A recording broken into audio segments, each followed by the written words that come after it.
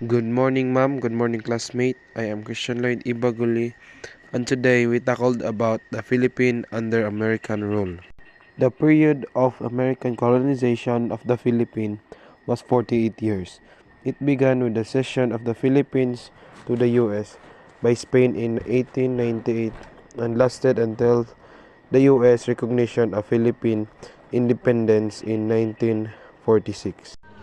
After independence in 1946, many Americans chose to remain in the Philippines while maintaining relations with relatives in the US. Most of them were professionals, but missionaries continued to settle the country. American colonial rule. American colonial rule in the Philippines saw an increase in immigration to the Philippines.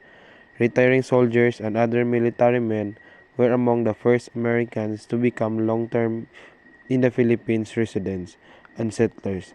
This included African American soldiers and former volunteer soldiers, primarily from the western states. The United States invaded the Philippines, which was their government by Spain as the Spanish East Indies during the Spanish-American War. During that war, Philippine Revolutionary declared independence, wanting to maintain a stronghold over the island nation as a sleeping stone to Japan and continental Asia. The United States maintained authority of the archipelago, and the Philippine-American War ensured The positive and negative effect of American colonization.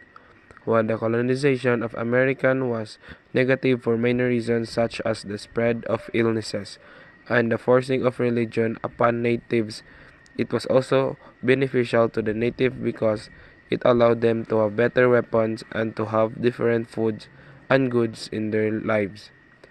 The Education Act of 1901 authorized the colonial government to recruit American teachers to help establish the new educational system.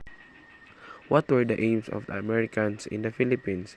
It stated that American purpose in helping the Filipino people was so that they might, by the use of exercise of popular franchise and governmental powers, be the better prepared to fully assume the responsibilities and enjoy all the privileges of complete independence. The purpose of educational during the American period. Education in the Philippines during the American period is in 1898 and 1942. Educational goals during the American period is to promote democratic ideals and way of life, formation of good citizens, including the rights and responsibilities of people.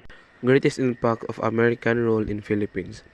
One such policy was the introduction of the American system of education, and so pervasive and far-reaching was its impact and influence on the life and culture.